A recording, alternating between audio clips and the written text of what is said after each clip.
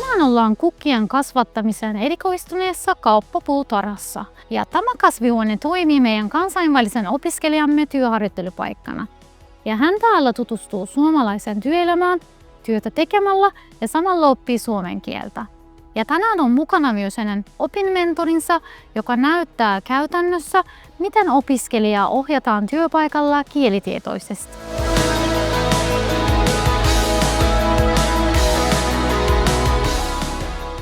Ennen kaikkea on hyvä ymmärtää, mitä kielitietoisuus tarkoittaa.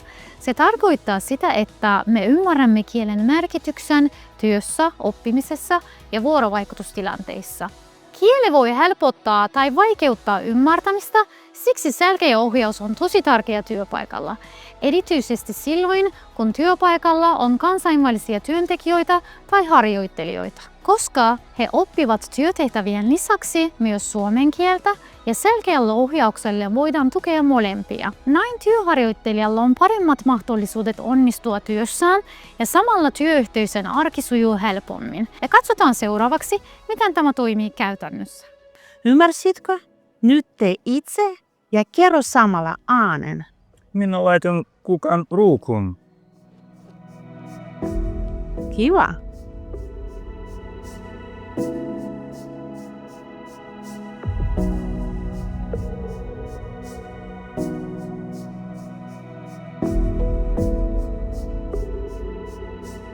Kun puhuu äänen, opin suomea paremmin.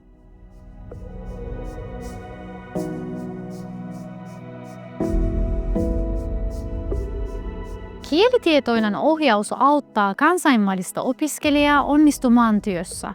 Se samalla tukee suomen kielen oppimista arjen työtilanteissa.